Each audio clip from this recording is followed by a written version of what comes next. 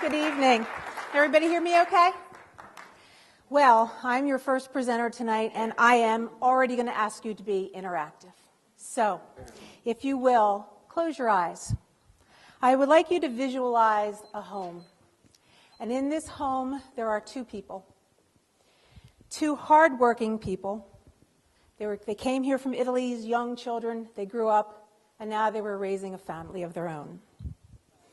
If you're old enough, bring in the sounds and sights of the year 1969. Tumultuous time, passionate time, phenomenal music. It was the Vietnam War. It was a time of war, and it was a time of struggling for peace. Add to the picture a 17-year-old girl who wanted nothing more than to embrace this American heritage, who wanted nothing more than to be free and feel free. What kind of emotion, when you put all that together, comes to your mind? Open your eyes. My name is Diane Catrambone, and I was that 17-year-old girl. I don't know when I decided to take the road less traveled. I knew by the time I was 10, the Catholic religion had become more of a conflict than a comfort to me. I knew at an early age that I was going to have to make decisions about who I was going to surround my life with. My mom would say to me, "You can't trust your friends. Your friends are never going to tell you when your face is dirty. You can only trust your family." A little bit of a problem, since my family wanted me to be invisible. My friends thought I was friendly and cute and funny. So I did what any good Italian girl would do. I got married at 18. 5 years later, I got a divorce. I had this great apartment. I was well on my way to my life's journey. I was working corporate during that time, and I stayed working corporate, and during that time I met the most incredible friends that have been with me 30 years plus and still are with me today. And I think to myself sometimes, if my mom hadn't have said those words, if she hadn't made me angry with those words, would I have become the kind of person that was open and loving and willing to let people in, not really knowing what was going to happen? I don't know, but I do know that when you keep yourself aware, there are lessons to be learned at every corner.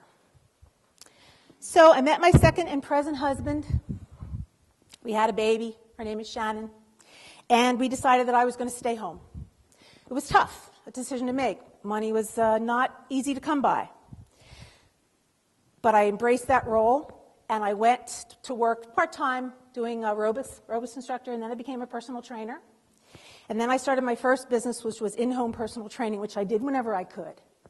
And then I was able to realize my dream of opening a personal training studio.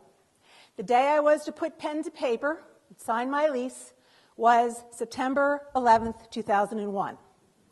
So I said to myself, wait, maybe I should sit back a little bit. But then I thought, I made my fantasy a reality by hard work, and I'll be darned if anybody was going to take that from me. For those of you who can get this reference, nobody puts Diane in the corner. So I bolted out of the gate. I ramped up my business. I was in the black 3 months in, and there I remained until I sold the business in late 2007. So I sold my business. A week later, my daughter goes to college, and I said, whoa, maybe there's some more bad timing here. I went from being really busy to having not much to do, but that's okay, because that's the way my life has been. My life has been a series of meanderings. And I think to myself, I've always been true to my values, and they've always led me down a path that made sense, just to me, maybe not to other people. There's a quote by Harry Nielsen, "You don't have to have a point to have a point, dig?" And that's the way my life has been. And so I stand before you today, a woman who lives in joy and curiosity. This past Christmas, I made these mala beads. These are Buddhist beads. And I was making them, and I was thinking, what do these beads remind me of? And then I looked at them, and I thought, oh my gosh, they remind me of a rosary bead. And I laughed, and I thought, I've traveled so far to come home again. I have been able to let go of what does not serve me in this lifetime and hold on to the culture and heritage that makes me so happy. So think about a home. And in that home, there are two hardworking people. Time is now. Add a 21-year-old daughter.